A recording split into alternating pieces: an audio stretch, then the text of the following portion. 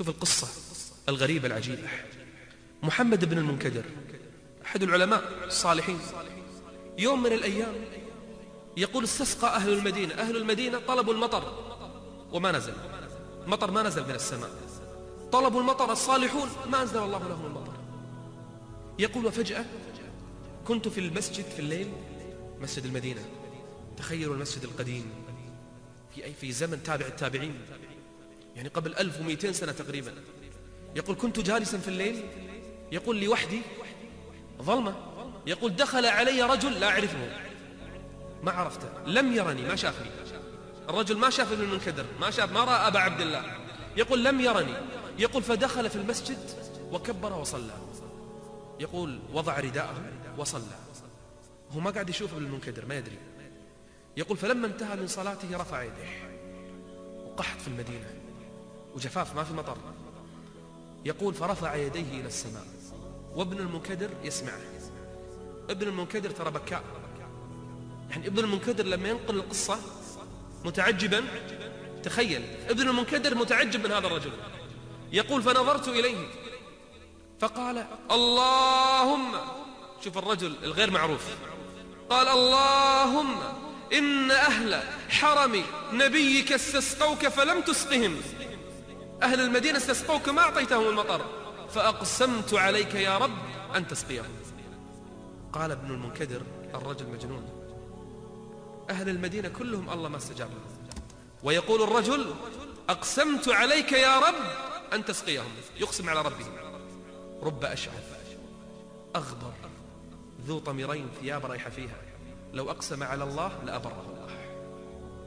وكم من إنسان جميل ثيابه جميلة، شكله جميل، قد تزين بأجمل ما عنده، لو رفع يديه ما استجاب الله له. هذا موجود.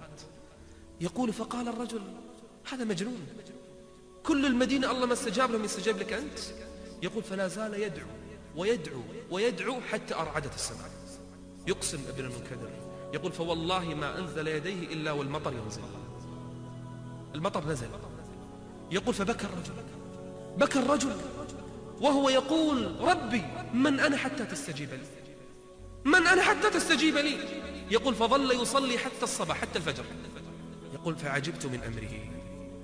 يقول في الليلة الثانية جلست أنتظره، يقول فجاء يصلي حتى الفجر، ما يشوفه. يقول في الليلة الثالثة جاء يصلي حتى الفجر، فقلت لا بد أن أعرف من هذا الرجل. يقول ولما أصبح الصباح تبعته فعرفت منزله، وفي الضحى جئته، فإذا بي سألت عنه، فقالت لي جارته هذا الرجل إسكاف يصلح الأحذية. شوف الرجل اللي أقسم على الله فاستجاب الله له يصلح أحذية. شوف القضية إخلاص، قضية قلب سليم، القضية نية صافية. يقول فجئته وسلمت عليه، قال يا أبا عبد الله حياك الله، ما الذي جاء بك؟ أنت العالم العابد، شو اللي جاء بك عندنا؟ قال أتريد أن أصلح حذاءك؟ قال لا، لقد كنت صاحبك بارحة الأولى. قال ماذا؟ قال رأيت ما صنعت لما نزل المطر. يقول فغضب علي ونظر إلي نظر المغضب، ثم قال لي ما شأنك وشأني يا أبا عبد الله؟ ايش عليك مني؟ ما شأنك وشأني يا أبا عبد الله؟ يقول فخفت منه. يقول فخرجت وانتظرته الليلة الرابعة ما جاء المسجد حتى الصباح.